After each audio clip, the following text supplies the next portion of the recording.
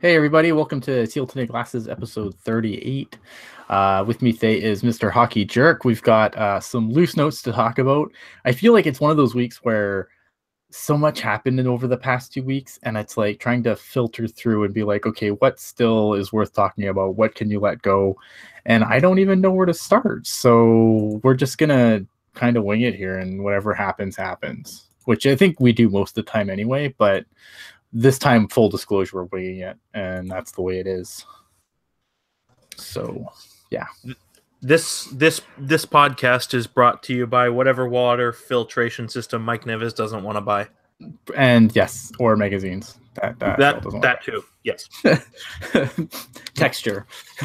Just had to clear up some clerical issues there. Absolutely. So we still got some people in the chat. Yay, people in chat. I feel like we haven't done this for a while. It's surprisingly we've only missed one show. Like I know we try to record weekly, and I think just because of when we recorded the week before, it made it seem like a really long time since we've been here. Yeah, I was gonna say, like, when we hammered out Wednesday, I was trying to think, and I'm like, it's been a very long time since we've done this. It feels like an eternity. It really should. All right, so let's get this party started instead of talking about how long it's been, because I'm sure we could do that the whole show too. Although I don't know how many people want to talk about that. I think I wanted to start this week with the goaltender interference change that the league passed really, really quickly. Where are you at on this? Are you pro change? Are you against change? Are you where are you at? So. In general, one of my issues with the NHL is the fact that they will make up new rules and then they will make up rules to change what the original rules say. And, we saw this with the first we saw, okay, you can challenge goals if you think it was offside. Oh, okay, well, new rule. Now you're going to get penalized. And, it just seems like there's a lot of things that could be reworded or gotten rid of completely instead of just making a new rule that makes it, oh, well, in this one singular exception, yeah, you can't do what this previous rule says. But in terms of, the goalie interference, my biggest problem is the consistency. And you think about how, okay, on any given night, you could have 15 games going on at once. So That's, you do some basic math, that's 30 referees all, refereeing at the same time. And it's not a guarantee that all 30 people, all 30 referees have the same opinion on what goalie interference is or isn't. And so taking that final say out of, the referee's hands and putting it in the hands of, a group of people who will all have the same standard on what it is or isn't, I think will do a lot to help out. Because when you have, 30 people who all have a different view of what it could be or what it isn't, then you have situations where, a skate gets tapped and it's goalie interference, but then you have a guy get run over, but because he was out of the blue paint, that's, it's a good goal. So I think a lot of people are turned off by the idea that this, committee is a group of former officials. I think that turns a lot of people away from this rule change, but I think it's going to do a lot of good in that, there will be a standard that's set. And I've always been a big believer where even if it's bad, as long as it's consistently bad, it's still consistent. You know what I mean? For sure. I think, like, and I know Kevin kind of made a snarky comment about this. Kevin might join us over the course of the show, by the way. And he was like, all it's going to do is change the people we're mad at. And to a point, he's right. Look just because they change the who's making the call, like, they might get more consistent, but it's not like people are going to just be thrilled when a call doesn't go our way, right? Like, we're fans. We're going to get mad when calls don't go our way, and it's always going to be stupid and everything else. But I think from if you're looking at it, with less of a fan eyes, and, I don't know why we call this Teal Tinted Glasses, because I find we're more objective than most art podcasts. I feel like the having having 5 guys and 3 of those 5 guys making a call every single night, like, I just feel like we're gonna actually know what goaltender interference is by the end of the year, which is the problem right now, is a lot of people just don't know anymore. Right, and I think that's a product too, like I said, of putting that final decision in the hands of the referees, because you For can sure. have, you have so many guys with different opinions, and I think it's smart. You get these 4, 5, 6 guys who are in the situation room, how many ever people it is, and you get them to say, okay, what is goalie interference? And they decide what it is or what it isn't. And then from that point on, every play is viewed and scrutinized based on the standards that these group of individuals come up with. So I think Kevin's right. I think it is going to change who we're mad at. And I think it's going to be an adjustment period, kind of like, the new slashing, or not new slashing rules, but the more strict slashing rules from the beginning of the year. But I think eventually it's gonna do a lot of good in the long run. Yeah, and I think I agree there. And I think like I said, if by the end of the day I can look at a call and be like, yeah, that's goaltender interference, and then it is actually goaltender interference, I think that's great. And I think by taking it out of the ref's hands, I think, because when you're a ref and you make a call on the ice, I think there's going to be an issue of confirmation bias on your own, right? Whereas I feel like that takes that out of it, because the guys in Toronto aren't invested in the call being made, because they're not the ones that made the call on the ice. Right. And so I feel like that's a positive change. The referees also don't have the luxury of slow motion replay from 5 different angles. Well, they do have the Nintendo DS to look at it. That is very true. I mean, it's a very small screen, but it's still it's bigger than last year, at least. It is. I mean, the coaches get flat screen TVs on the bench. Why can't there be a flat screen TV in the penalty box? Right. Oh gosh. So I guess we can move on. You want to move on to Gambrell, since that seems where the chat's going? I don't know. I mean, everybody in the chat wants to talk about him, but I don't think I'm ready. I don't think I'm ready. Gambrell, I'm excited about this signing. I'm a little bit shocked that that they're expecting him to actually suit up in a game in sometime soon. I think that was a little surprising. I'm not surprised they don't want to send him down to the Barracuda right now. That doesn't surprise me at all. Well, and I'll be honest, I'll be the first to tell you, I haven't watched a whole lot of him this year, and when I say a whole lot, I mean at all. But but based on from what I've read and what I've heard, obviously he sounds like somebody who, at least can step in right away to a bottom 6 role. And I think it was you who said on Twitter, why would you send him to the Barracuda to essentially be on a losing team? Right. If you're trying to lure him out of his senior year of college. Here, come play for this dreadful team, and no pressure. But yeah, no, I think I think it's interesting. I mean, I wouldn't be surprised for them to get him in a game and burn a year of his contract, because that's a common ploy used by GMs. They'll be like, yeah, we do have to sign you to the 3-year entry level deal, but if you come and play a game because you're over 20, then you can burn a year of your contract, and then you're signing your first contract a year sooner. I think that's great for him. That's great for a lot of these college guys. I think you've seen a lot of college guys do that. I mean, you've seen other players suit up for games already. Troy Terry played yesterday for Anaheim in their loss to Vancouver. Greenway. Greenway is another guy who played. So I'm, getting Gambrell in the lineup, I don't think would hurt, especially with the injuries piling up. And this is my whole thing is I've never really been concerned about, the burning the year of the first entry level. Because you still have to earn the money after that. Like that's what I'm saying. Like it's 9 times out of 10, the guy isn't gonna hit the ball out of the park and command like Connor McDavid money. Like you just because you get an early chance doesn't mean you like you said, you still have to earn the money. It's not just gonna fall into your lap. Yeah. Yeah, I like that. I mean, I don't mind the rule because of the age that some of these kids come out of college at. This isn't junior where, some of these kids are coming out of junior like at 18, signing their entry level contract. They're RFAs by 19, right? Or 21.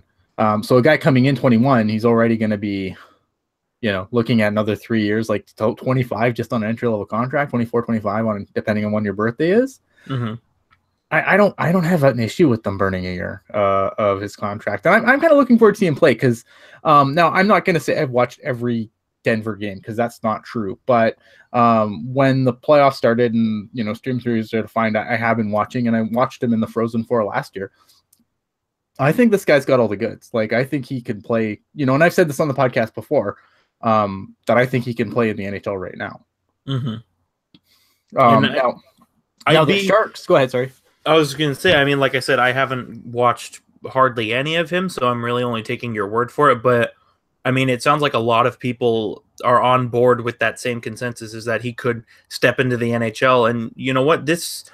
From day one of the season, it was made very clear that, it was going to be a young team, and whatever the young players did, that's what was going to happen. There was going to be no, replacement or reinforcements for Patrick Marleau. And I think that fits the mold.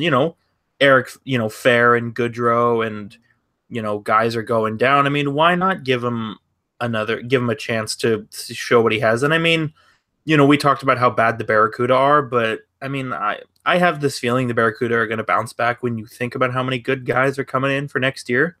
So it might not necessarily be a bad idea for him either, should the NHL not work out, to go down to the AHL and start to establish, this young culture kind of early on. You know what I mean? So there's something in the chat I want to address really quick. Phantom0044 said they should change the rule from preventing teams from sending rookies to the AHL instead of putting them straight in the NHL and sinking. The issue here isn't so much, it's a transfer agreement between the junior hockey leagues and the NHL. And the idea behind that is they don't want to basically have you pull their, because look, at junior hockey teams need to make money too. And obviously we want to see guys play, like, right now. I mean, I've been really spoiled with some of the talent that I've watched play on my home team.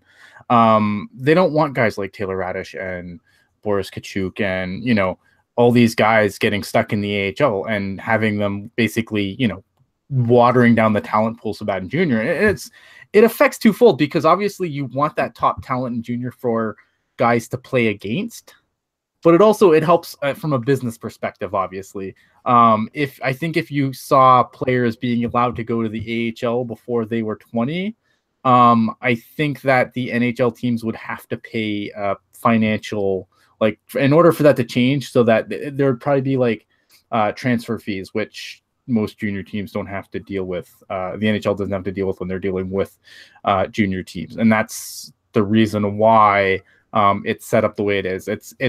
It's a contract that's between them. It's not changing anytime soon. But I thought I would explain why that is. Right, and that's why you're seeing.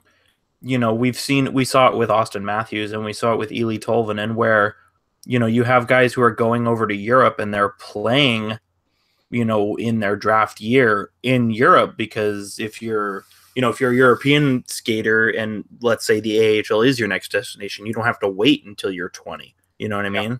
Like, you can just go straight to the AHL. And I think that's why a lot of guys go over to Europe, because, those leagues, even though you do have guys who are, under the age of 20, it's still widely regarded as a pro league. Absolutely. So I think that would be an interesting conversation topic, just to see, like, what difference does going from Europe to the AHL versus, playing in the CHL 2 years after you draft. That'd be an interesting kind of comparison to make. I muted myself. Definitely. Absolutely. Mike asked a good question in the chat, and it's basically, why was Gambrell passed over twice in the draft? And that's a fantastic question.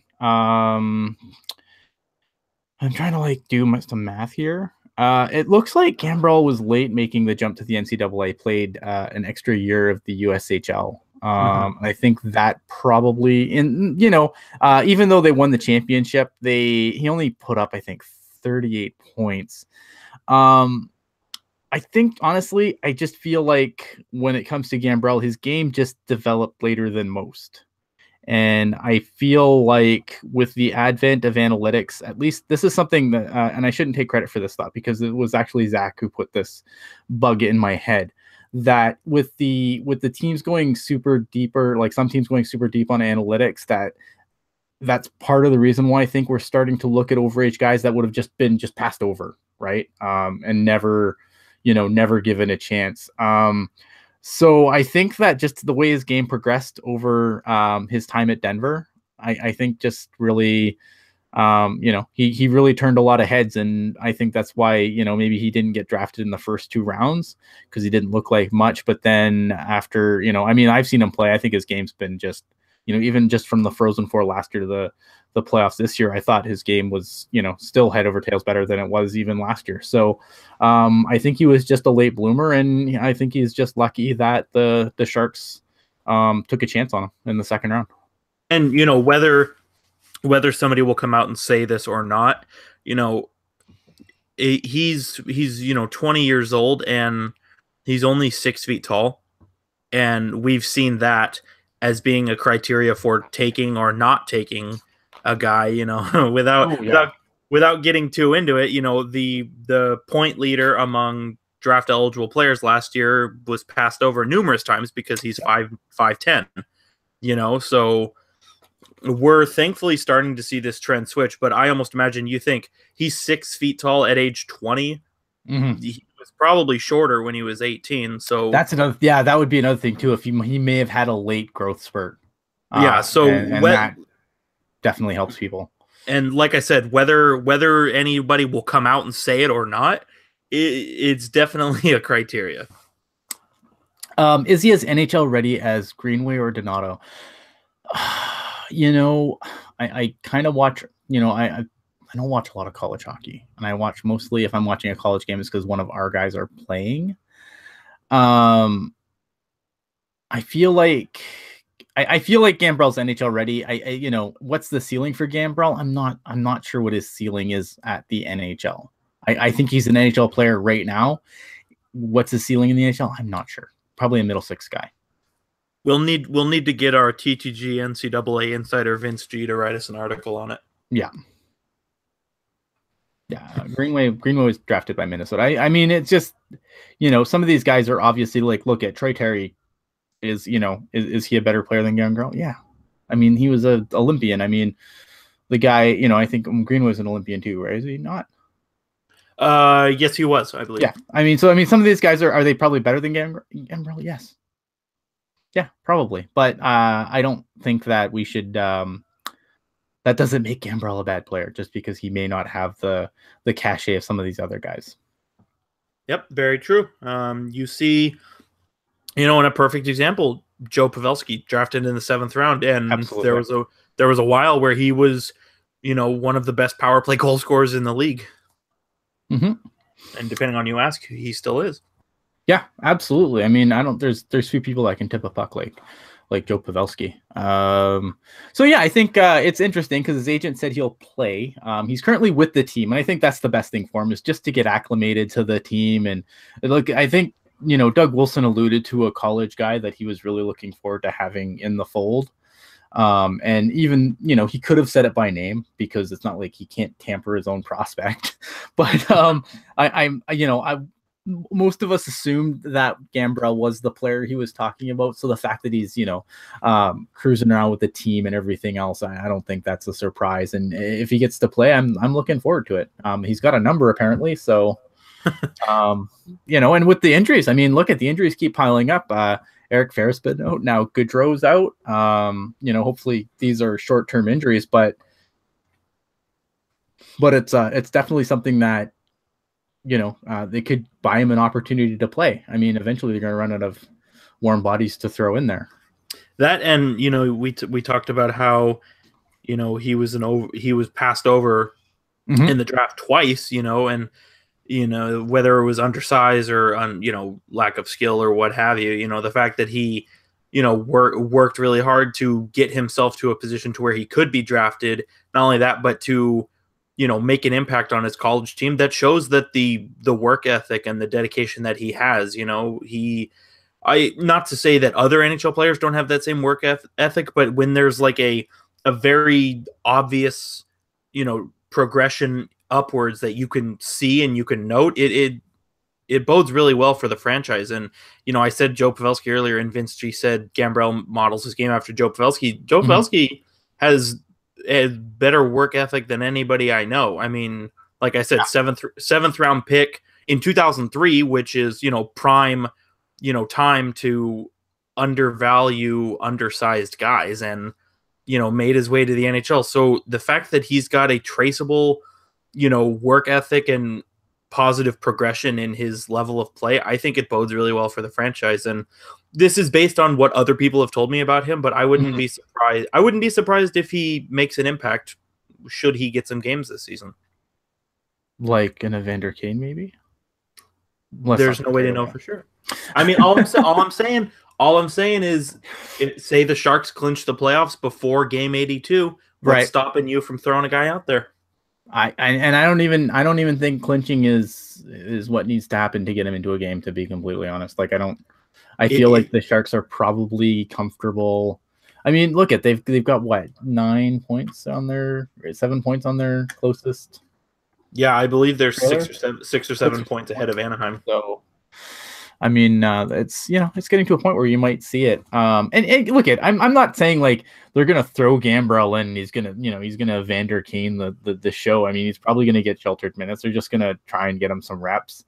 He's probably gonna play a sheltered role. It's not like he's gonna go out there and be expected to score a hat trick. And if he doesn't score a hat trick, everyone should calm down. Once upon a time, we had this kid named Logan Couture who didn't score a hat trick every game, and everyone started calling him a bust. Look how dumb those people look now. There are still people who think Logan Couture shouldn't be on the team, and I'm just like, have you watched the Sharks the last 10 years? I would not even talk to those people. They're not worth talking to. Yeah. Here to here. That's TTG official. Those people are not worth talking to. Don't talk to them. If you don't have time for Logan Couture, we don't have time for you. Basically. And this is kind of from someone who repeatedly calls him a whiny bitch. Hey, but he's still one hell of a hockey player. He may be a whiny bitch, but he's one hell of a hockey player. Speaking of Evander Kane, though, because, when the Evander Kane trade happened, I was very much of the opinion, well, if you keep him, great. If we don't, the pick is covered, right? Like all the Doug Wilson did his due diligence to make sure that the Sharks weren't overly hurt by Evander Kane not staying. I don't think there's any way that Doug Wilson can survive, because God knows Doug Wilson survived a lot. But if he can't keep Evander Kane this summer, Vandervolt. Like, I will be bitter. I will go and find out where Evander Kane is playing, and I will boo him every game until I'm bankrupt. Yeah, like you think with everything that went on, how the Sharks were the only team who made an offer for him, and how you got Joe Thornton picking him up at the airport, and you got guys talking about how great of a player he is, and he's going to elementary schools and hamming it up with what's his face, with John Root and all these kids. It's like how is he already not signed? You know what I mean? Like, right. I mean, if I'm Evander Kane, I don't want to wait till the season's over too, and then sure, because I mean the dollar signs are just adding with every game he plays. The dollar signs probably getting bigger, and unless he has like an epic playoff flameout, like Evander Kane's gonna make some money this summer. And you know what? I said it on Twitter earlier today, but you remember when the Kings traded for Marian Gaborik? I'm seeing a lot of parallels to that. You have a team trading for a guy who has always been really skillful, but for whatever reason, kind of faltered a little bit, and team didn't have to give up a whole lot for him, and then he ended up being the piece that brought them over the hump. You know what I mean? So, like I said, but between everything I mentioned, like Evander Kane, it's really looking like he will re-sign, just because I could see it where it's like, this is the only team that gave me a chance. I want to be here because this is a good place to be. But at the same time, like you said, he needs a bigger stack of dollars so that he can call Floyd Mayweather. That is the other piece of that. I mean, why have one money phone when you can have, say, 10 money phones? And yeah, if Doug Wilson does not get him back, that would be huge. How deflated would you be going into next season, regardless of how the season ends? Like, I'd be completely deflated. I'd be pissed. Yeah. because you have, and Doug Wilson is on the record, saying we are not trading for rental players. So you think, oh, they trade for Kane and give up all these pieces. Clearly, they see him as part of the future. So if that's not the case, I'm pissed, honestly. Right. And I mean, look, there's only so much Doug Wilson can do, right? I mean, if some team gives Evander Kane the moon and no trade clause and, 17 yachts, what can you do? But, man, I just like when the trade went down, this is going to be good. But I didn't think it was going to be this good. Yeah, and for all that's been talked about how the Sharks always bomb at the deadline and just pick up, failure after failure after failure. I mean, this one is looking like it's paying off to start. Yeah. Yeah, I know. I'm sleepy. Even if Kane resigns, he won't win. Most Sharks fans. Well, you know what? I don't care. I like winning. And there's, like you said, when the Sharks do good, it's good. When Sharks do good, it's good. I will never be there. I'm never going to be the guy that says, "Oh, the Sharks." Yeah, but look how they won the Stanley. Piss off. Sharks won the Stanley Cup. I'm ecstatic, and I don't care how they do it. Like, no, no, I don't care. Obviously, the Sharks. Obviously, it's going to be interesting because I think it's going to be an interesting summer for the Sharks because everything points to the Sharks just reloading this summer. Like, there's not going to be, this is not going to be another, well, let's see what the kids do. You're like, no, the Sharks are coming back next year with a vengeance, I think, based on free agency. So, I mean, obviously, Kane would be a huge part of that. I think there's a John Tavares guy who, I mean, look, the Islanders are out now. So, I mean, maybe he doesn't stay. I don't know. See, to me, I can't get in the mind of John Tavares. And I think I don't want to be disappointed. And I think that's what I'm mostly steeling myself against is just disappointment. That's why I can't get into this buy-in, right? Yeah. I can't buy into this lunacy that he's going to come here. Because it's like the Sharks always seem like they're the bridesmaid, never the bride when it comes to these big free agent guys. Yeah, and even if it's not the Sharks, I mean, you think about what's been going down the last couple of years. If Tavares stays on the island, then I'm gonna be really upset. Like, I get being loyal, to the team that drafted you and the team that's treated you well, but at the same time, if you don't look for greener pastures, you may never find it. I mean, can see the argument for staying. I still think you put a decent goalie in that net. You have Matt Barzal coming up. Like, it's not like this team is, you have Josh Hosang, which I still think is going to be an NHLer. I mean, there's a lot to like on the island. There's not a lot. I mean, there's still stuff to not like. I was going to say there's also a lot to hate on the island. Yeah. I mean, there are some very, like Barzal and Hosang, Kiefer Bellows. Right. These are good pieces who will be coming into the fold, but at the same time, you have these really awful contracts that were given out, and the defense. I mean, a lot of their defensemen are making a lot of money, but that's because they didn't have another choice.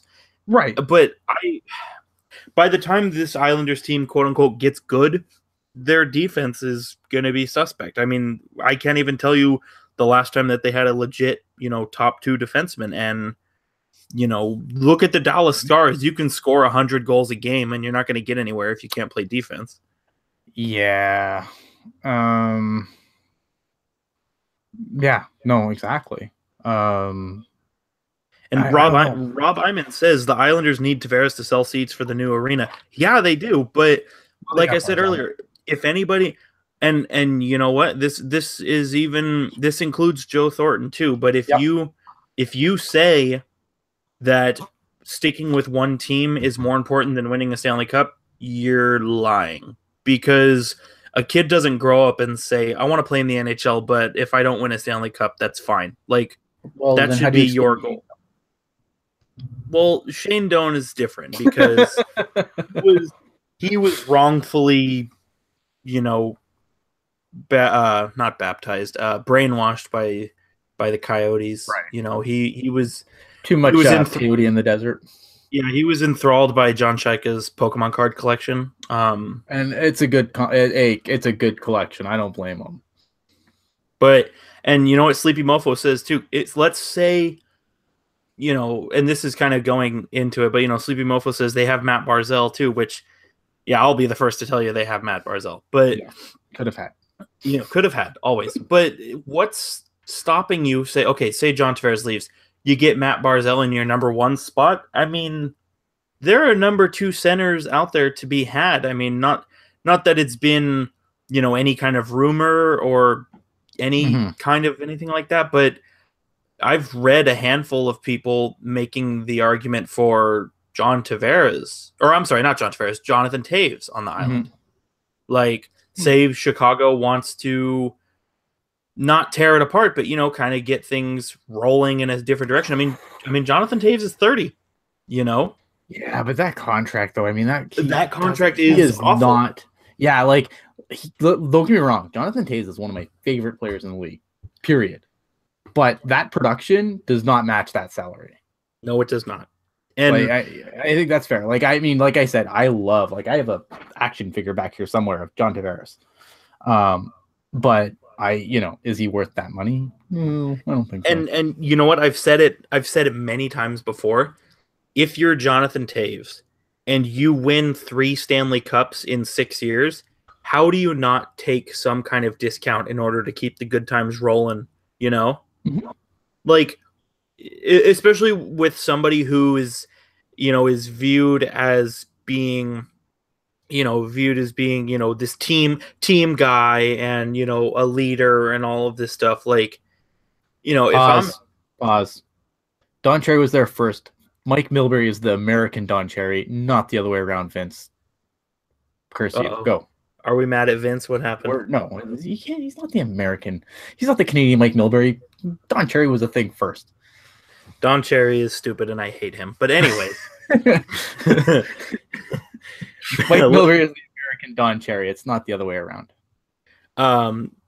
But anyways, you know, you have Jonathan Taves. Like, if I'm him, you know, you win 3 Stanley Cups. Let's, you know, you look at the roster and you say, okay, if I only take $8 million instead of 10.5, you know, sure, that $2.5 million can go to keeping Brandon Saad.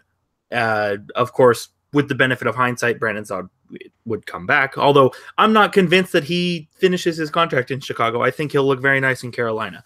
But you have Chicago. Another thing there. You talk about guys that are small and going further in the draft than they should. How's that Alex DeBrincat look? Carolina is going to love him in 4 years.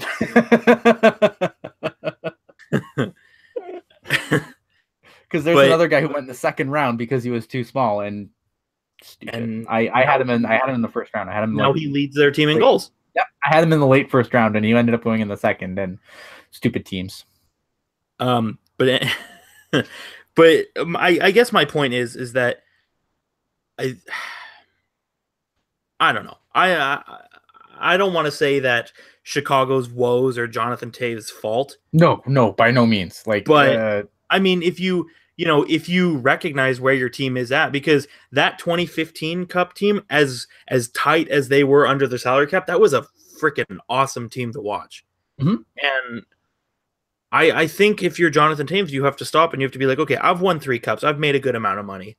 You know, I want to spread the wealth around. Well, yeah, and I think that's the thing you're going to see now is you're going to see, I mean, obviously, look, at the star players are always going to get paid, but I think some players are trying to be conscious now or more conscious now of how much are they going to make. And I think when you're Taves and Kane in Chicago, I think they should have taken a better look around and left some for everyone else. But and I still give Patrick Kane every cent of $10.5 million. Absolutely. But like, you know, Jonathan Taves, and I don't know off the top of my head, but it's not like Jonathan Taves, you know, worked his ass off, you know, on an entry level deal to make $10.5 million. Like, he was already making a pretty penny before this big monster deal. I thought they just went from entry level to no. I'll have to look it up after I finish this point, but I'm pretty sure he already made a decent chunk of change. But you know, take income tax out of it, okay? Like, you have a hard time convincing me that $8 million is the most you can pay Steven Stamkos. Mm-hmm. Like Steven Stamkos should be making $10.5 million. Right, but he And didn't. He left money on the table for Kucherov and Hedman and at the time Bishop. Yeah, Ben Bishop. And and like you said, you're seeing these guys, like you said, leave money on the table. Now, whether Connor McDavid says he left money on the table or not, I don't buy it. But he didn't make any. Like, here's the thing with Connor McDavid. Connor McDavid took the same percentage of the cap that Sidney Crosby took. Yes, which I feel too does not get stated enough. Is the salary cap has gone up every year for the last right. When was the last for the last 6 years? So $10 million isn't as daunting as it was 5 years ago, but still a chunk of change. Oh, it is still a chunk of change, and you that Edmonton Oilers team. I mean, they're on their way to being where the Blackhawks were in terms of salary cap without winning. Yeah, that's the sad part. Like they're heading into cap hell, and they haven't won a damn thing. And it's unfortunate too because. But what do you do? Do you let do you let someone try to offer sheet Draisaitl? Do you not pay McDavid? Like you had to pay McDavid. Yeah, you had to. Exactly. There's no way around it. The thing's gonna be interesting this summer is they're gonna have to pay Nurse because Nurse has been amazing. Yep. And I don't know how they're gonna pay Nurse and keep Malone. And then Cheryl just points on the chat. 5 more years of Lucic. Woohoo! Yeah, that Lucic, like I go back to that draft to the year before or the summer before the sign Lucic. Mm-hmm. So let's say you don't sign Lucic, and like my mock draft that year, indicated, let's say you take a Matt Tkachuk. How does Matt Tkachuk not give you the same thing Lucic does? You know what I mean? Yeah, but Lucic is Charlie. It's Oh yeah, old boys club. There you go. Club. It's hockey. And to put a nice bow on this whole thing, prior to getting the monster deal, Jonathan Toews was on a 5-year contract with a AAV of $6.3 million. Yeah, he made some money. All right. So that sounds right. He already made a good chunk of coin before the monster deal. Yeah, and got 3 cups out of it. Well, but I think we all knew this was going to happen in Chicago at some point. Like the writing was on the wall. I mean, if Marian Hossa didn't and suddenly developed this skin irritation problem, and Duncan Keith didn't get old, and Seabrook didn't completely fall off a cliff. I mean, there's some things there that you couldn't account for, right? Like I don't think anyone expected. Like I think Duncan Keith is still great, but holy crap, Duncan Keith's old. Seabrook, I always thought Seabrook was a little bit overrated, but I didn't think he was going to fall off a cliff this badly. Yeah, I remember when Seabrook first got that contract extension, I was talking with a friend of mine, and I kind of said, "Oh yeah, Seabrook got this, for this," and his response was, "Why? That guy's overrated." And he basically foreseen that Seabrook was not going to be worth it in 3 years, and here we are. Oh man. So it's funny because we're talking about contracts and whatnot. Zdeno Chara signed a 1-year $5 million extension. Speaking of old people. Speaking of old people, 40-year-old Zdeno Chara signed he's going to come back to Boston for 1 more year at least. $5 million. I mean, Zdeno Chara, I think even now, like even at his older age, I still think it's worth every penny. Sorry, I muted myself. Yeah, absolutely. Like, especially with the emergence of Charlie McAvoy, like that pairing in Boston has been stupid. And I feel like Zdeno Chara is almost kind of like Joe Thornton, where they kind of hit that lull for a brief while, and now they're just back with a vengeance. You know what I mean? I mean, what 40-year-old can say that they're still an above average NHL defenseman? Sorry, I was laughing at Ao's comment. Yeah, I think Zdeno Chara, he's such a beast. Like he's just like the career he's had for a guy his size. I mean, we saw so many draft picks that people were looking for their Zdeno Chara. Sharks fans know this well. There was a guy named Taylor Doherty, and there was another guy who I think they didn't sign. I can't remember his name. Parcells, I think. I Yeah, don't I think believe he's so. still. I don't know if they've retained him or if he's in college right now, and we don't have to worry about it. But like, man, just and look at the Sharks are not alone drafting guys looking for their Zdeno Chara. Just the way he changed the game. For a big guy like him, yeah, amazing player. Like I all the time in the world for Zdeno Chara, and for a guy who really went through his career and could have just laid waste to the league and didn't. Yeah, exactly. He, you mentioned his size. I mean, he, like you said, he could have just, think back to him and the Max Pacioretty hit. Like he could have done that on the regular. Right, he could broke people in half. Like it's so funny too because like sometimes people would like look to fight him and then he'd just be like what, and then he'd be like, okay. I remember like I think 4 years ago, Brendan Smith tried to fight him, and Chara was basically like, "You don't want none of this." You don't. I'm gonna do you a favor. You don't want none. I'm gonna drop my gloves. We're gonna go off for 5 minutes, but you don't want none of this. Like a guy who could just lay waste to the league if he wanted to. Seabrook has 6 more years after this year. Oh man. Oof. For the Blackhawks are definitely looking for a lockout in 2020. Yeah, I was gonna say, bring on those. Y'all got any more of those compliance buyouts? Wow. So let's say they buy him out. That's 1, 2, 3, 4, 5, 6, 7, 8, 9, 10, 11, 12 more seasons on the cap at varying costs. But good God, that's one of those, like, it's not even one of those things where they were worth it at one point and then fell off the cliff. Like he was start to finish just not worth it. No.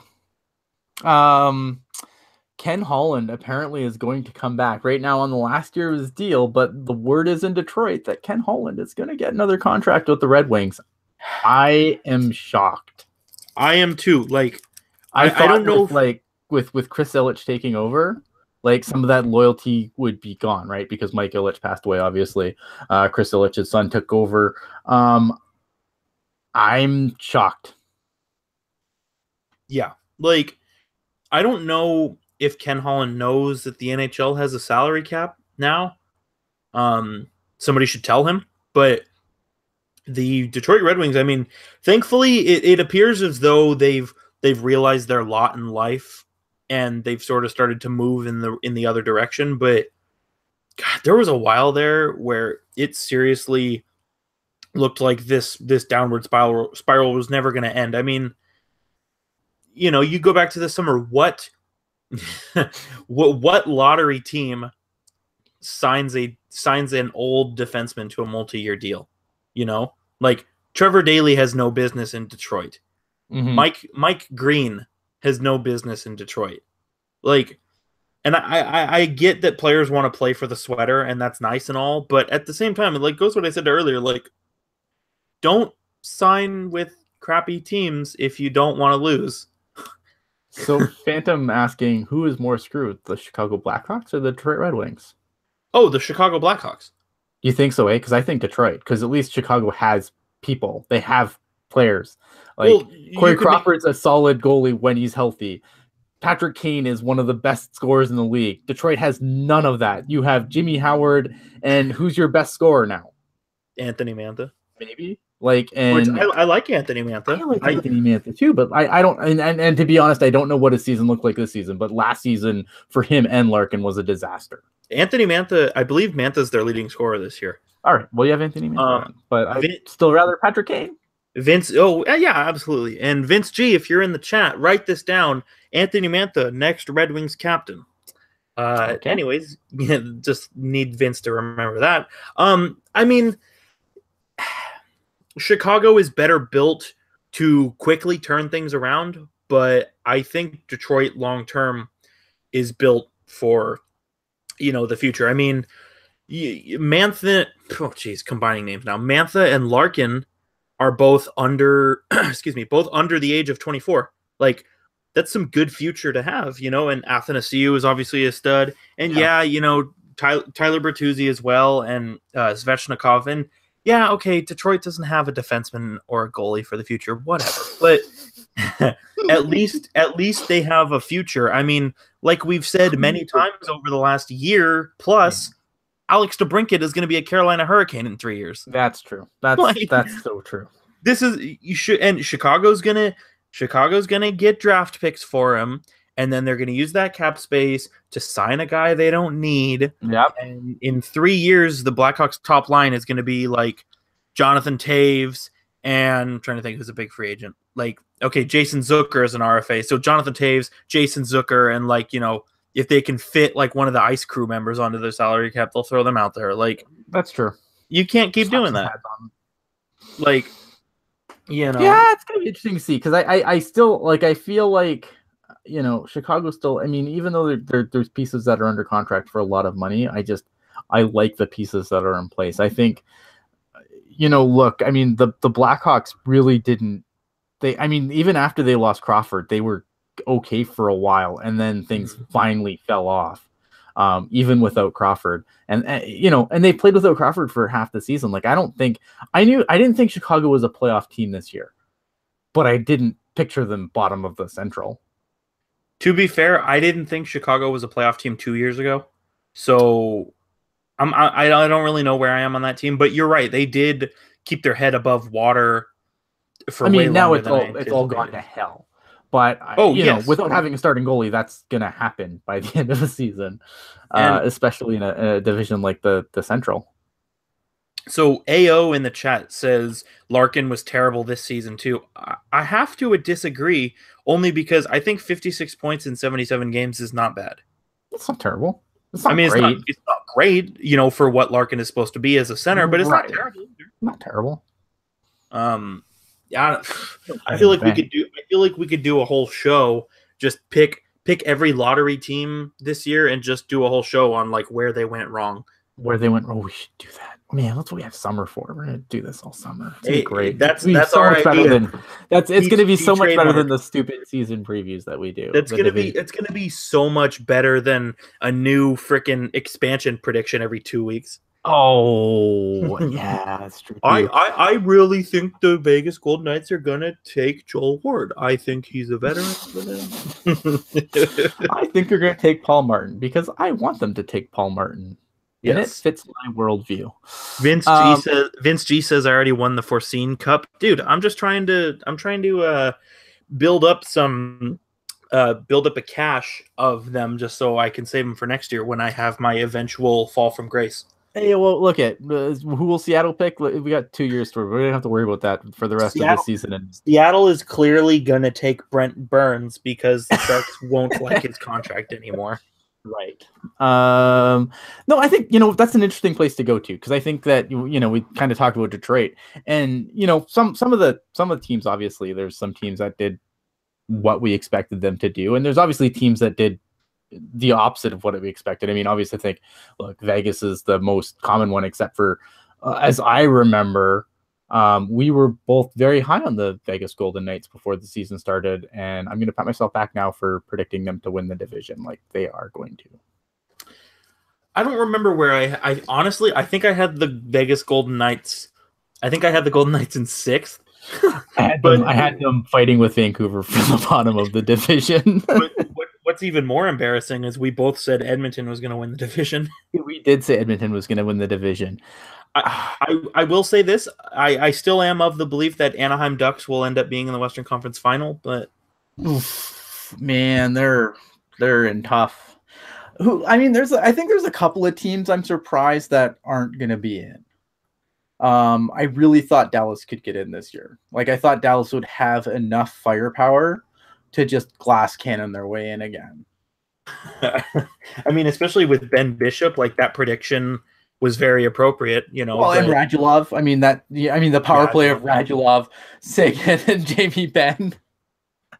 Throw Klingberg on the point and throw Spezza on the other point. Jeez, you want to talk about a fall from grace, though? Jason Spezza is having an awful year. Well, age is a mother.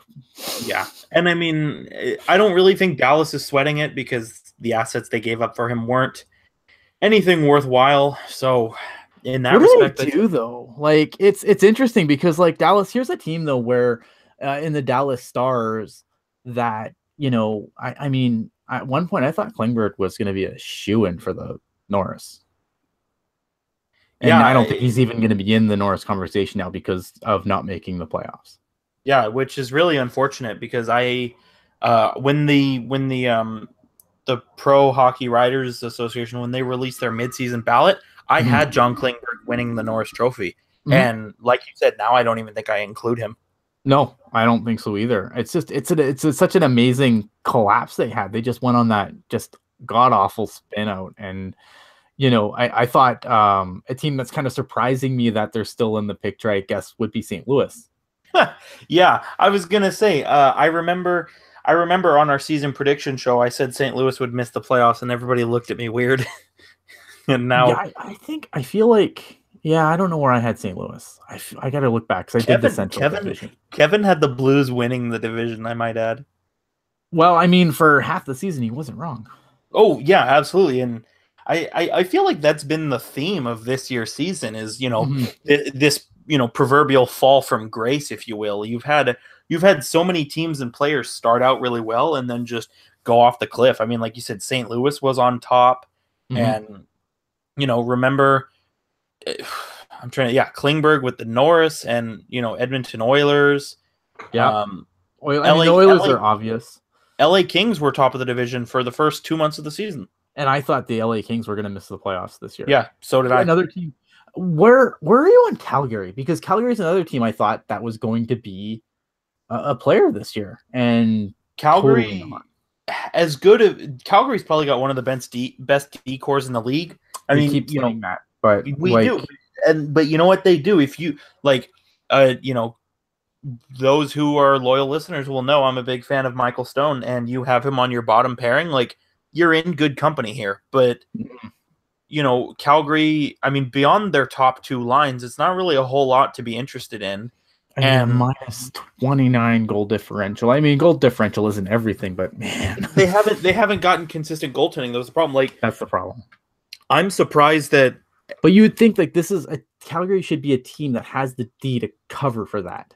Yes, and I was very vocal in saying that with the decor that they have, that Mike Smith would actually look really good in Calgary, and it started out that way, but not so much now. And Vince G says Hamilton regressed a bit this year. I have to disagree with you only because Hamilton actually leads all defensemen in goals this year.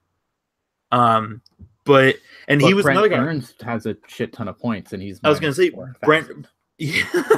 Yes, Brent Burns has 51 assists, but we can always count on him for a starfish that'll lead to a goal. Right. But I want to look east quick. Okay. Well, I just want to say really quick. I expected Calgary to be more aggressive in trying to get Ben Bishop. Would Ben Bishop have been the guy to help though? I think so. You think so? Smith over Smith? Yeah, absolutely. They're both rickety, broken down old guys at this point. Yeah, but Ben Bishop has that being tall thing going for him. Right. James Abel says, "How pissed is everyone going to be if Pittsburgh three-peats?" Not even kind of, sir. Noted Pittsburgh Penguin fan. There's no way to know for sure. Obviously, like I think if you look in the East, Carolina. Here's a team I thought was finally like has a team in this league been false started more times than the Carolina Hurricanes, because I really thought this was the year they were going to punch a ticket to the playoffs. Yeah, so did I. I mean, you bring in Justin Williams, who still can score at a good pace despite his age, and Scott Darling was just coming off a really good, couple of seasons, and it's all kind of falling apart. And then even Slavin and Pesci. I mean, they got the big contracts, and not to say that they've been awful, but they're not, doing what they were last season. Right. I mean, I don't see a lot of like surprises in the East. Like, I think New Jersey is definitely a surprise. I don't think anyone had New Jersey being a playoff team, and I mean they're fighting to stay in. But even if they don't make it, I mean, they're still like that was way better than New Jersey was supposed to do. See, I can't remember if I had New Jersey in the playoffs or not. I'll have to go back and find that Google Doc. But I'm gonna pretend like I said they would be in the playoffs only because I've been really into what they've been doing lately, and they're correct me if I'm wrong, but their GM is it Ray Shero who's the Devils GM? Yes. Yeah. So what I like about Ray Shero is he's recognized where his team is at. They're not quite in a playoff spot, but they're still within reach. And so he made the decision to go out and pick up these pieces. Picks up Michael Grabner for a song, picks up Patrick Maroon for a song, and the team has really all come together, especially after the All-Star break. I mean, there were a couple games, especially the Devils when they played the Los Angeles Kings. I mean, that was a very fun game for me to watch, only because, you have all these guys coming together, and, you can make the argument for Taylor Hall being a big reason of that, but still, the emergence of Nico Hischier as well, and, Will Butcher coming in and, doing things from the blue line. I think Ray Shero's made a lot of really smart deals this year that has helped put the Devils where they are. I mean, like I said, Will Butcher, getting him signed obviously is a big piece of that. And I was very critical of the trade of Adam Henrique just because you're kind of killing your center depth there. But at the same time, you bring in Sami Vatanen, who you can put on your second power play unit. And, I've always been a big Sami Vatanen fan. I think Vatanen doesn't get the praise that he necessarily deserves. The only way that things could be going better for the Devils is if Corey Schneider wasn't having an awful year. Like if Corey Schneider was having a rock solid year like he's always had, the Devils would be in the playoffs with no problems. Yeah. What about Buffalo? Like I thought, I didn't think Buffalo was going to be in the playoffs this year, but I thought they would at least see some improvement. Like they were not going to be, they were going to get to like halfway there. They're going to make things interesting, but not be this dreadful again. Like I don't understand Buffalo at all. I honestly don't have a good answer. Like, no, I don't think there is a good answer. That's the problem with Buffalo. There is no good answer. Like I mean, you bring in Okposo and you have Sam Reinhart break out, and then obviously, a full season of Jack Eichel. I mean, those were all really good things they had going for them last year. Mm-hmm. And I was really high on them when they picked up Scandella from Minnesota, and bringing back Pominville as well. I thought the Sabres were going to be a very interesting team to watch. Like you said, I didn't think they would be in the playoffs, but I definitely thought that they would be within sight of it. I thought they'd be where like Carolina and New York are. Yeah, exactly. And for whatever reason, nothing is going well for them. I mean, it doesn't help. I don't remember exactly what it was, but I know Okposo had a really awful injury to start this year. Mm-hmm. And then, obviously Sam Reinhart and Ryan O'Reilly both got off to really slow starts, and Jack Eichel was hurt. So maybe this is just one of those years, kind of like Tampa Bay last year, where everybody's just hurt at the wrong time, and so they never get off to a strong start. But Buffalo is like the reverse of Calgary. Like Buffalo's actually got a pretty exciting forward depth to look at, but on the back end, it's like, Ristolainen and Scandella, and then everybody else, Right. And I mean, Robin Leonard's never really been the answer there. So, and they might have to go back to that well one more year. Yeah, Buffalo's another, like, it's funny because you go back to that summer, and it was the summer of the backup goalie. You had Robin Leonard on the move and become a starter, Cam Talbot on the move becoming a starter, Eddie Lack in that same conversation. There were these three big guys who were all talked about as moving from backup to starter on a new team, and the guy that was seldomly talked about, Martin Jones, has probably been the most successful in the last 2.5 years. We don't talk about the Western Conference on mainstream media. Oh, of what's the Western Conference? I've never heard of that. I think they're a division that Chicago plays in, but aside from that, I don't know anyone there. Yeah, it's just That's one of the things I like about reflecting on certain things in the hockey world is you just think, man, like, what could have been, but also like, you think about where some of these guys were, like guys who have just fallen off a cliff, and then you have guys, like Marchessault, where they just shoot up into the atmosphere without anybody looking at them. Right. Something in the chat. The Senators. I mean, what a disaster. I like the Senators. I know, but they're like, was last year a fluke? I thought I continuously, like every round last year, I predicted the Senators to lose because I just consistently felt that they were punching above their weight class. Yeah, I mean, I still feel I think there was a little bit of that last year, but this year, holy cow. I mean, it's just such a toxic situation right now. I think it just, things start to add up after a while. Like, it's funny because I was listening to the 31 Thoughts podcast, and there was a really good question that was posted, and it was like, who's ever left Ottawa on great terms? Nobody. Yeah, that's true. And is Erik Karlsson going to be next? Look at Heatley. That was a disaster when he left. Spezza, Alfredsson, like there's twice. Pardon? Alfredsson twice. Twice, yeah. I mean, like, there's never been people that have left that. Like, they're big players that have never left on good terms from that city, which is just insanity. And now you have to wonder if Erik Karlsson's next. Because I don't think if Erik Karlsson leaves, it won't because the Senators want him to leave. It's because Karlsson want the hell out. And it's really unfortunate because now it's a little tough because they traded away Derek Brassard, but let's say you keep Derek Brassard, like that's a good unit to have there. Like that forward depth is very underrated if you ask me. And yeah, Erik Karlsson is Erik Karlsson, but you've got Colin White, or Colin White's the center. I'm sorry. You've got Thomas Chabot coming in. Cody Ceci, not what he was expected to be, but still a solid defenseman. And,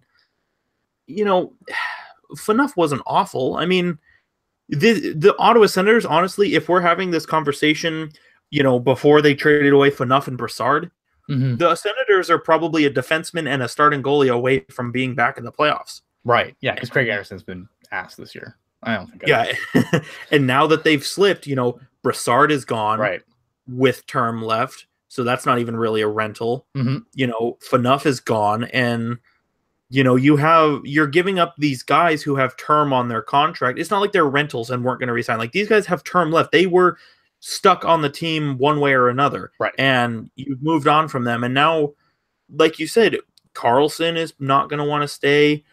How do we know Matt Duchene is going to want to stay? I mean, Matt Duchene's chemistry with Mike Hoffman is ridiculous. Yeah, it's ridiculous. It took a while, but once it got there, it's.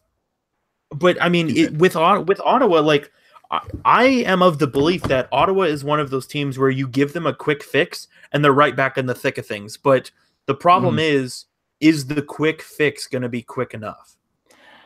I don't know. And I think there's other facets that are wrong there. Look at the relationship between ownership and the fan base is obviously really bad. And, a question in the chat was, is Melnyk going to sell the team? I don't think so. Nothing that I've seen from Eugene Melnyk says that. I can't see him walking away from the team. Like I just don't see it. Basically what I've been watching, just from what I've seen of Eugene Melnyk. Now, obviously I've never spoken to the man personally, but Eugene Melnyk is not shy with the media. He usually comes out and says what's on his mind, and I don't get the impression that he's remotely done being the owner. You know what? He got a lot of heat for his comments about the Ottawa Senators arena situation. Possible time. See, you know what? I enjoyed his timing on that because if you want something to get done, why not do it when everybody's listening? Yeah, man, Gary Bettman must have just lost his mind. Like from a league perspective, I mean, you're asking people to, shell out money to go to this expensive outdoor game, and then you're going to tell them the fans aren't good enough, like they're not supportive enough. Like, I don't know, man. There's a lot of people there that paid a lot of money to be there listening to you say that, and that's probably not cool. But at the same time, this is also an arena that took seats out, so Yeah, they're going full on Barracuda where they just put drape over the top rows. Right. James Abel says sleeper for next year, Arizona Coyotes. I 100% agree with you. I thought Arizona was going to fight for the wild card this year. And I just feel like Arizona's another team, kind of like Carolina, where I'm just like at the point now where I'm like, you've burned me enough. I've had enough. I've too many seasons in a row of putting them in putting them close to the playoffs, in the playoffs, and for what? So you can embarrass me, especially Arizona. Super embarrassed me this year. I don't know.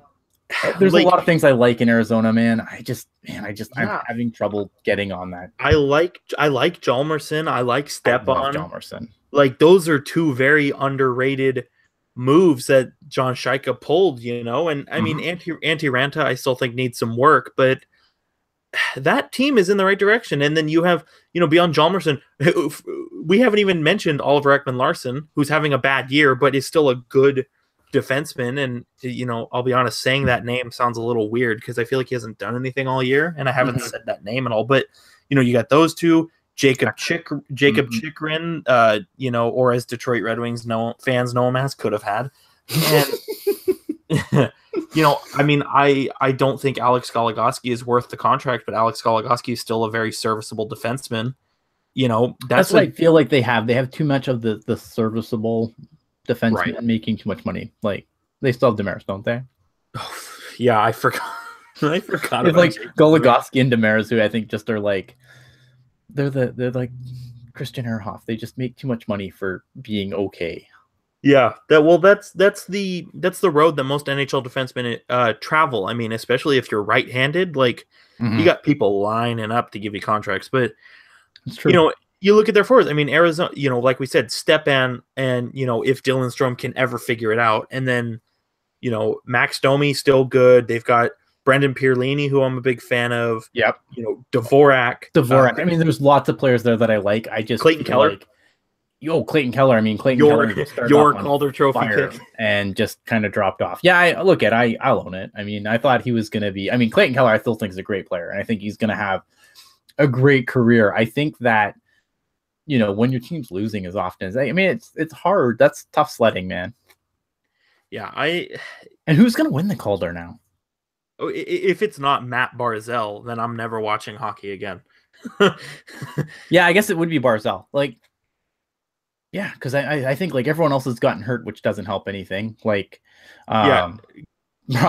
Besser's broke his back, and Besser broke his back. And there was actually there was an amazing picture from the Canucks Reddit, and it had like the logo, except it was like the boards like being open. I saw that contributing to the tank. I thought that was the most amazing thing ever. You should be glad that you didn't tweet that picture out. Otherwise, Canucks fans may have think that you planned it. That's true. I thought that was amazing. I think, is McAvoy hurt? Because I feel like McAvoy should be in that conversation. McAvoy had a heart procedure earlier in the season and then came back. And now I think he might be hurt again. But give him the Masterton. Hey, you know what? I mean, I don't know if he was nominated for it. I think they gave it to Chara, but still, I mean, McAvoy, and that's the thing about defensemen. Right.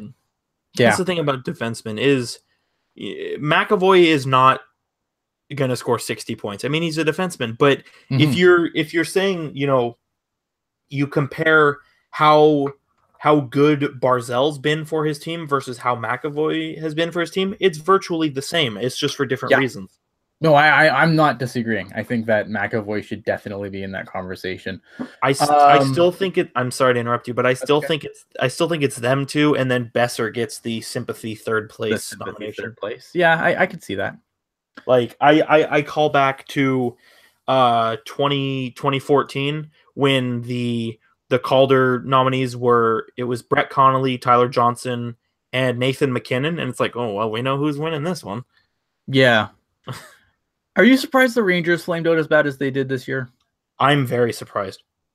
I think I am too. Like, I kind of figured, like, I didn't think I wasn't as high on the Rangers as I had been in previous years. Like, I kind of figured that the Rangers would be like a wild card team, and they'd be sitting where Philly or New Jersey's sitting now. Like I kind of always like I feel like Philly being in the wild card doesn't really surprise me. The Rangers gonna miss entirely surprises me. I didn't expect the Islanders to be this bad either. Oh, I did. The Islanders have never impressed me. The Islanders are, I mean, now with Barzal and with Jordan Eberle, now they're a two-line team.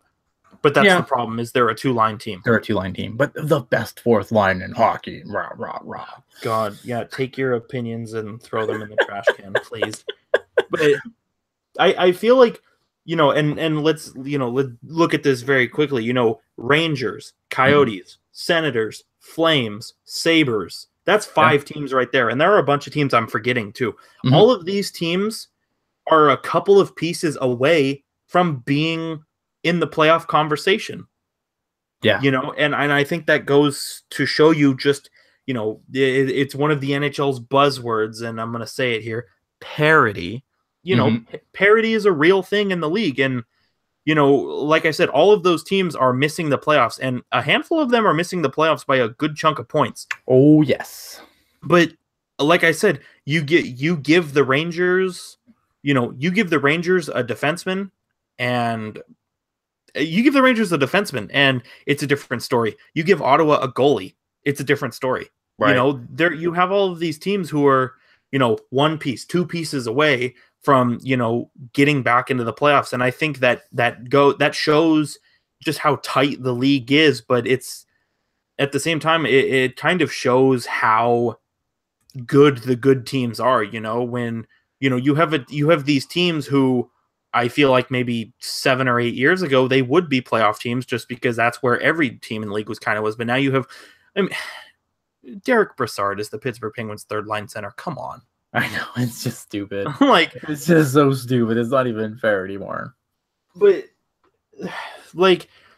going back to the Rangers, I expected the Rangers to be good. Right. But at the same time, when you trade away Derek Stepan and Derek Brassard in 2 straight summers, you can't tell me that you're still a Stanley Cup team. Now, I love Mika Zibanejad. He's going to be, not to say that he's not already something, but I think as much as I love Derek Brassard as well, I think that was a smart trade. Yeah, definitely. For the Rangers. And even, trading Stepan and Ranta, I mean, you get Tony DeAngelo, who's kind of a wild card, but they turned that 7th overall pick into was it Elias Anderson? I believe so. Yeah, metal thrower. Disgrace to the game. Of course. I don't know if you saw, but when he scored his first NHL goal, I was like, did he throw the puck into the crowd? I hope so. I want this puck. I want a Stanley Cup. But these, and the Rangers, I think, are going to be a fun team to watch. They're keeping competitive. I mean, obviously not this year, but they're staying competitive by bringing in guys like Zibanejad and guys like Tony DeAngelo who are making their way. But they're also being smart. I mean, Brassard's 32. Zibanejad is, I want to say 24, 25, maybe 26. Somewhere in there. You're getting younger with minimal drop-off of skill. And I feel like I just keep saying it, but you know what? The Rangers are in that group of teams where a couple things go a different way. Maybe they got one more piece. All of a sudden, they're right back in the thick of things. I mean, it's not... We did a hell of a season from Lundqvist. That too, and I think that's where the Rangers ultimately will have their franchise success kind of fall down, is in goaltending. I mean, Lundqvist is not getting any younger, and I know Kevin Lacey knows the name of their goalie prospect, but you got to hope that he makes some steps in the right direction.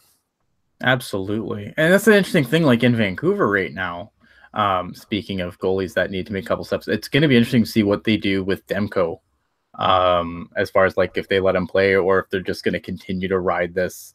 Because I feel like both Markstrom and Nilsson are on pretty hefty tickets. Not so much in terms of dollars, but yes, in years, I believe they are on hefty tickets. And I go back to what I said, fall from grace. How about Jacob Markstrom? Remember when he was the next big thing? I was never high on Jacob Markstrom. Never. because every time he came up, he fell flat on his face. And when I look at, I was going to go to Vancouver here for a second. Nilsson's got 2 more years left at 2.5, and 1 year after this year at 2.5, and Markstrom's got 2 years after this year at just a hair under 3.7. Right. So I don't think you're going to find too many takers for Nilsson's $2.5 million deal if you bring Demko up, or definitely not going to find many takers for Markstrom's 3.6. Yeah. Well, waivers is a hell of a drug. Waivers is a hell of a drug, but I still don't think you're going to find takers for those contracts. I just don't. Jim Benning is, I swear to God, Jim Benning is like Jekyll, Dr. Jekyll and Mr. Hyde. Like you look at the Ryan Kessler trade, right? And you just say, God damn, that was a fantastic trade. They got a good haul of assets for, a guy who didn't want to be there. But then on the flip side, Nick Bonino, no, Brandon Sutter is good instead. And you get that first, and you get Jared McCann. And it's like, well, how about Eric Goodbranson? Yeah, I mean, at least Jake Virtanen, it's kind of like his game is actually slid back in the right direction, because it looked like Jake Virtanen for a while that was like bust city. And and then here's another example too: trading Burrows for Jonathan Dahlen. Great. Yeah, I mean, I love Jonathan Dahlen. Great trade right there for Vancouver. But then on the flip side of it, you get Tyler Mott and a late draft pick for Thomas Vanek. Yeah, who just had a hat trick, by the way. I don't get it. Yeah, the NHL's in a weird place. Yeah, it's weird. Any other teams that kind of stand out for you as far as just kind of being surprising where they are, or maybe a team that you expect, like that you think where they should be, but other people were not so high on them? See, I thought the Florida Panthers were going to be worse. Okay. Only because it's funny. Last year, I actually thought the Florida Panthers were going to be better. Because, they go out and they pick up Thomas Vanek in addition to the high scoring pieces they already have. And I know Riley Smith had a bad year last year, but I've always been a fan of Riley Smith. And so I was expecting them to finish higher, but then you come in this year, you get rid of Jonathan Marchessault, you get rid of Riley Smith, and you sign Radim Verbata, who I'm a fan of Radim Verbata, but he's definitely on the back, the back nine of his career. Absolutely. And I don't know. Plus, I don't know. Florida's weird because they've got guys, like Bukestad is having a good year, and one of my favorites who I don't think is talked about enough, Vincent Trocheck, is having a monster year. Yes, he is. Yeah, and so is Sasha Barkov. But then, for all the good, you have Roberto Luongo and James Reimer have both been hurt this year. Like, it's another team that could be right in the thick of things if things went right for them. I think the team that surprises me, this is the last team we'll touch on, and then you can tell us some awesome KHL stuff. The team I think that surprised me a lot this year, and maybe it shouldn't have. Maybe this is just a big miss on my part. I didn't think the Wild were going to be as good as they are. See, and maybe that's a miss on my part. Like I completely admit that could just be because I'm dumb, and I think Dallas is great. See, the Wild had to be bad. See, I didn't know what to think about the Wild, because they cleared Pominville's contract so they could get Granlund and Niederreiter signed, which was looking really good. But then, they got rid of Scandella, who, I mean, they've still got 4 really quality defensemen, but they do, yeah. Still, I mean, getting rid of Scandella made their bottom pair a question mark at times. And then you have, you bring in that trade Marcus Foligno and Tyler Ennis, who I think are both a little overpaid for what they actually bring to the table. So for sure, I was unsure. I mean, if you follow me on Twitter, you know that I'm weirdly in love with Eric Staal, but how can you not be after this season? I've always liked him, and it's Eric Stahl's having a good year. Granlund is having a good year. I mean, it was one of those things where it's like, well, yeah, this is really good for them, but this is not really good for them. So I literally didn't know what to think about Minnesota. Like I would say where Minnesota is at right now is about where I expected them to be. So I don't know if I had them in the playoffs or not. I have to go back and look. I feel like I might have had them out. I mean, Devin Dubnyk is still a stud. You know what I mean? For sure. And, and this is a team that still has defenseman guy that signed with Zach Parise. Ryan Suter. Ryan Suter, right. I mean, who just still plays just a gargantuan amount of minutes and plays them well still. I guess I don't know. I know Parise has been kind of hurt. Parise had surgery on his back. Yeah, I mean that's rough. But yeah, man, I don't know. I mean, I was really high on the Jets this year. I think I was higher than a lot of people were, and I get to look really smart now. But I'm right. Screwed up. I'm right there on the pedestal with you. I said if the Jets got good goaltending this year, they could win the Central Division. And Connor Hellebuck has played out of his mind. Yeah. I just realized we've mentioned Hellebuck and the Hurricanes, so we're almost. We're already running late. So I mean, if we summon Drew Weber, we're screwed. We're never ending. Yeah. All right, so let's not do that. So let's talk about you're saying you were telling me earlier about some KHL stuff, and I guess you can share that with our lovely audience. Yeah, so the KHL, like 2 weeks after all this comes out about how Putin is rigging the playoffs for St. Petersburg, yes. and there's all this nefariousness going on. The Board of Governors meeting wrapped up, and they passed a lot of progressive things, I would say. They are beginning to implement a hard salary cap with no star exceptions. Ooh. So that means you're going to see teams like St. Petersburg, teams like Moscow, who aren't going to get the first crack at the hot ticket, so to speak, and it's going to be a more level playing field. And the first 2 years will have a soft cap just to get these teams used to it, and then from there it'll move on. And then there will also be penalties for late payment on player salaries, which I think stems. Yeah. No more mysterious paper bags. But I think a lot of that stems from that first season. Hockey Club Sochi not getting paid until January. Right. And I think to give them that level of insurance, so to speak, will help them out. And then, they got rid of two more teams. I don't recall the names of the team off my head, but I do know this is part of the KHL's 4-year plan to go from 29 to 24 teams. Last year, they went from 29 to 27. Now they're down to 25. So I believe starting, 18-19 is coming up. So I think by 19-20, one more team will be gone from the KHL.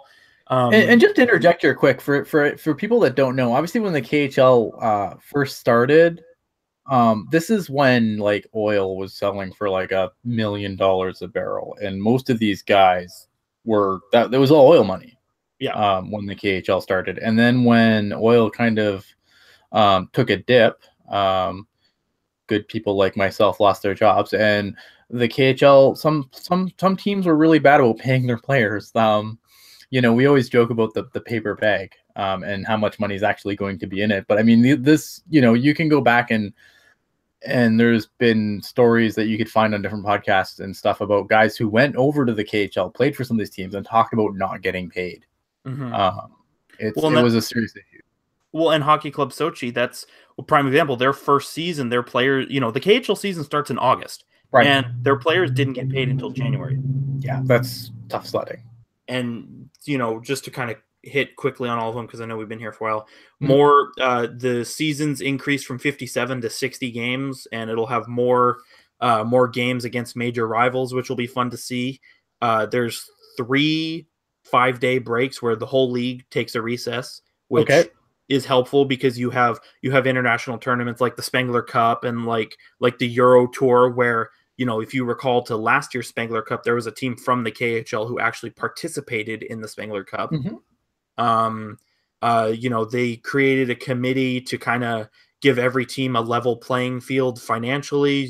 So like I said, teams like St. Petersburg, like Moscow, can't exploit Red Star and Hockey Club Sochi for the lack of money that they have. And then just to kind of wrap it up, they're also allocating a lot of funds to try and create hockey programs in Russian schools. That's cool. I dig it. Like I said, a lot of progressive stuff that they're doing in the KHL, because I feel like the fun thing to talk about is paper bags, and if you don't score a hat trick in the championship game, you're never going to see the light of day again. Like right, or your family might not see the light of day. Yeah. How about so SKA? They're still winning though. They're still being gifted all the way there. They're in the third round against Moscow. So I said that a couple weeks ago on Twitter. I said that the second round between Moscow and Jokerit was going to be fun to watch, and we got a 5 overtime game out of it. Did we ever? But I think St. Petersburg and Moscow in the Western Conference final, does not surprise me at all. I mean, those are the 2 top teams in the Western Conference final, or in the Western Conference, excuse me. The East, it's a little surprising. Now, I am a little upset as my team Magnitogorsk did not make it out of the second round for the first time in 4 years. But you know what? They lost a couple guys. A couple guys slipped. So a couple guys were disappeared in vans. Yeah. Chris Lee left the team and ended up on the LA Kings preseason squad, and then he was back in Magnitka for the start of the season, which was very suspicious. Yeah, I mean, it's interesting because I still like it's interesting hockey. Like I'll never get used to the big ice. I think that's my biggest problem is I just can't get used to watching the big ice. Such a different game. I can't do it. Won't do it. I don't know. I have enough hockey to watch, thankfully. But no, it's interesting that they're going to make those kind of changes and kind of, realign things, I think. And maybe we can all thank Slava Malamud for showing the corruption and making it happen. Guys, if you follow Slava Malamud, please do it for the giggles and not the facts. I don't care if he heard I said that. I mean, everyone listens to our podcast, right? Of course. Doug Wilson listens to our podcast. He signed Gambrell after I impassionately pleaded for it. So, Slava Malamud, stop doing crazy Russian stuff with your crazy Russian name and having people take you serious. All right. We should probably get the hell out of here because we've been on for a while, I feel. Yeah, absolutely. All right. So this is what we do, and we kind of throw a couple of points on a piece of paper, and then we talk about them, and apparently we can make a really long show out of it. Thanks for watching. If you are new here and you have not subscribed yet, please subscribe. If you follow us on iTunes, leave us a review. I don't think we've gotten a review in a while. I think I only have Canadian iTunes, so I can't see the reviews anyway, but Hockey Jerk can. And I will not lick anything that's Kane. Fine. KHL is a weaker league. Yes, the NHL is the best league in the world, but I don't think the KHL is that far behind as people like to think they are. Like, I know we're kind of arrogant over here in North America, but the KHL is still the best European league, and I don't think it's that far behind the NHL, to be completely honest. I mean, the KHL's, global reach is evidence of that. I mean, right. The KHL started as the Russian hockey league, and now, they were, 4 years ago, they were able to lure the best team in the Finnish Elite League to join their league. And, they have a team in China. They capitalized on the success of the Sochi Olympics. So, their global reach is huge. I mean, yeah. The only thing that kind of sucks about it is, let's say you're on Jokerit, which for those who are the uninitiated, that's the team in Helsinki. Let's say you have a game in Beijing. Think about that time change. Oh, and you think you San Jose Sharks fan whine when we play an afternoon game in Boston. Why is the game at 4:30? All right, now we're totally gonna just like anger all our listeners, and I was gonna say we're gonna crap all over our fans. I know. All right, but yeah, absolutely subscribe. Check out our previous shows. You can find us SoundCloud, Google Play, iTunes. Leave us a review on iTunes, or if there's a place to leave us a review anywhere, please do it. If you know friends that are Sharks fans and also hockey fans that want something other than the typical this is what happened on this game and this is what happened on this game, tell them to give us a listen. Not that I don't not that I have anything against you guys. I love you guys. I love all those podcasts. I'm just saying, if you have friends that might want something different from a podcast, this is the show, obviously. So we appreciate you guys being here, sticking with us through this long slog of a show. And we'll be back probably next week. I get my schedule on Friday and we kind of go from there. So have a good one, guys. Peace out. Any final thoughts, Hockey Jerk? Nope. All right. We're out of here. Peace.